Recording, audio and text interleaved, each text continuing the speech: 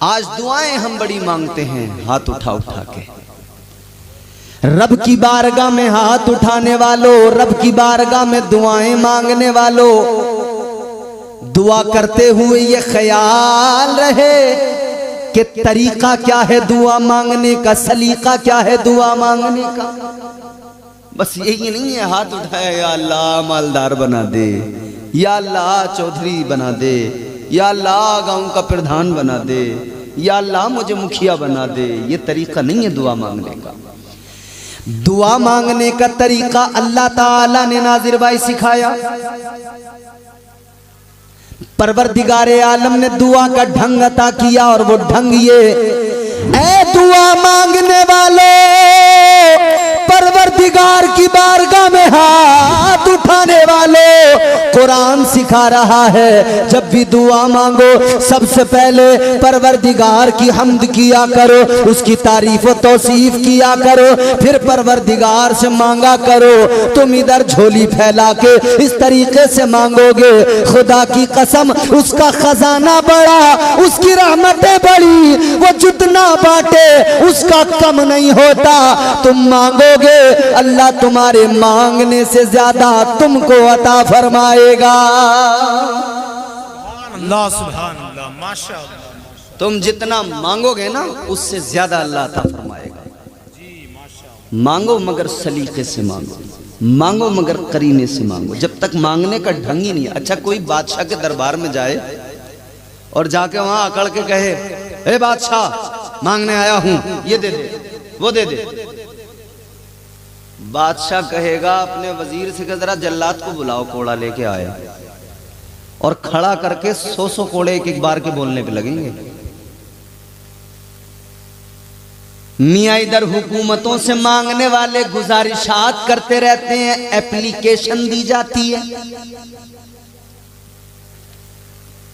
किसी भी डिपार्टमेंट में कोई भी काम हो, एप्लीकेशन, अर्जी मतलब गुजारिश, रिक्वेस्ट।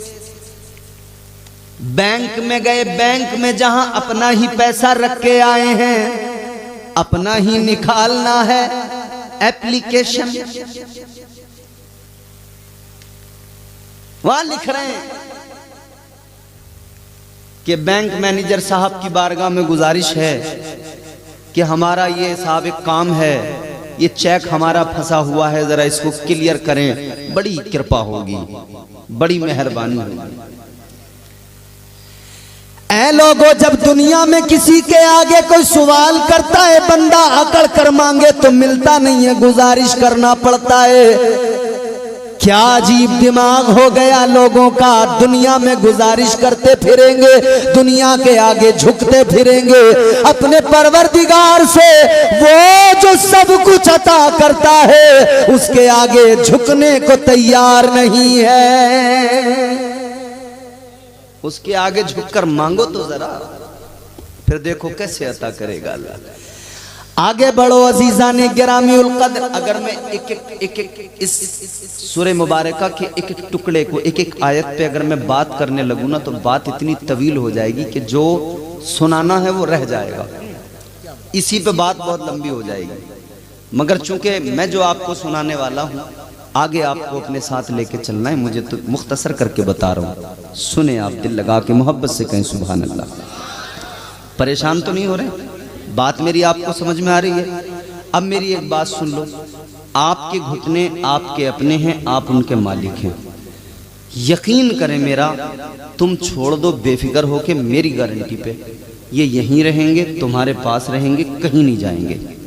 किसी के घुटने अगर चले जाएं कहीं तो वो मुझसे आकर वापस ले ले, मैं ढूंढ के ला के दूंगा उसके घुटने, मगर छोड़ दो खुदा के लिए, नहीं ये कहीं नहीं जाएंगे, इनकी फिक्र मत करो। अल्लाह ताला आपको सलामत रखे। ताजदारे मदीना वाली कायनात मुस्तफ़ा जाने रहमत के गुलामों, जरा सा मुस्कुरा लिए हो तो अब जरा जहन करीब करो। अल्लाह ताला ने अब दुआ का सलीका, करीना, बंदगी का ढंग अता किया। फरमाया इस तरह से मांगो। अब बंदा मांग रहा है, तरीका परवरदिगार ने अता किया है। अब बंदा मांग रहा है, दुआ कर रहा है। क्या दुआ है? अब बंदा कहता है इहदिनस सिरातल मुस्तकीम,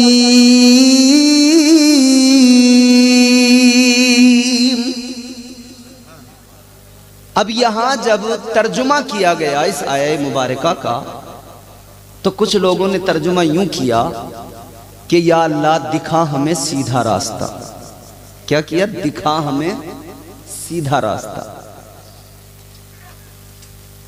मगर मेरे इमाम ने ताजदार अहले सुन्नत ने तर्जुमा किया, बरेली के ताजदार ने तर्जुमा किया, तो आला हजरत ने यह नहीं कहा कि दिखा सीधा रास्ता, बल्कि आला हजरत ने तर्जुमा किया चला हमें सीधे रास्ता।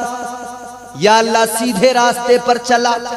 वो कह रहे हैं या अल्लाह सीधा रास्ता दिखा, और आला हजरत ने फरमाया इसका तर्जुमा ये है कि सीधे रास्ते पर चला। फर्क क्या है इसमें?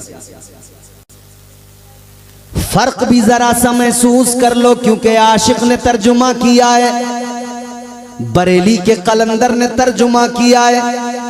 हर किसी की औकात नहीं कि उस लेवल पे जाके उसकी समझ काम करे।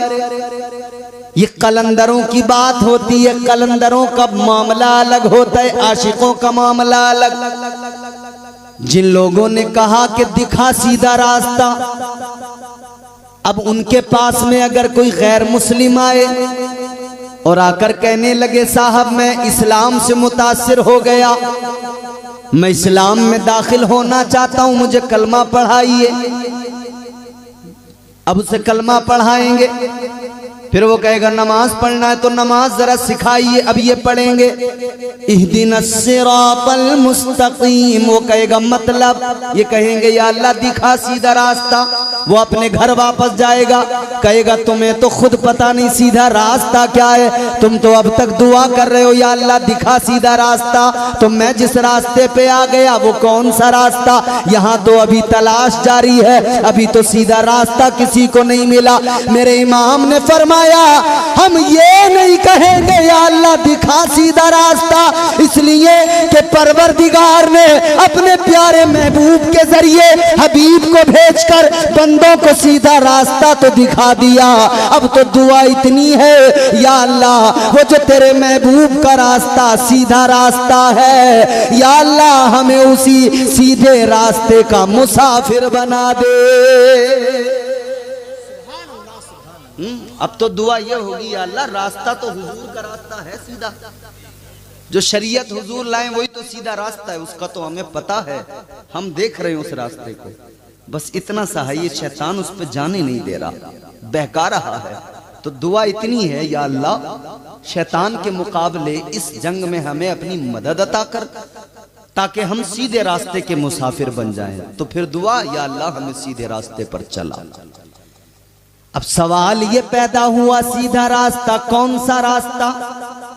तो अल्लाह के कुरान ने आसान किया, बंदों को समझाया सीधा रास्ता कौन सा है।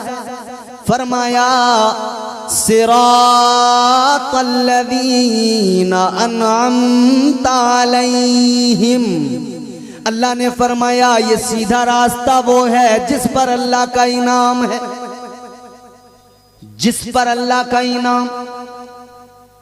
मतलब ये कि जो सीधे रास्ते के मुसाफिर बने, जो उनका रास्ता वही इनाम याफ्ता लोग हैं।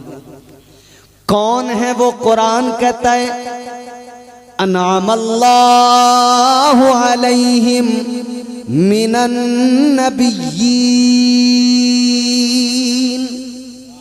वो पहली जमात है अंबिया की, वस्सिद्दीकीन,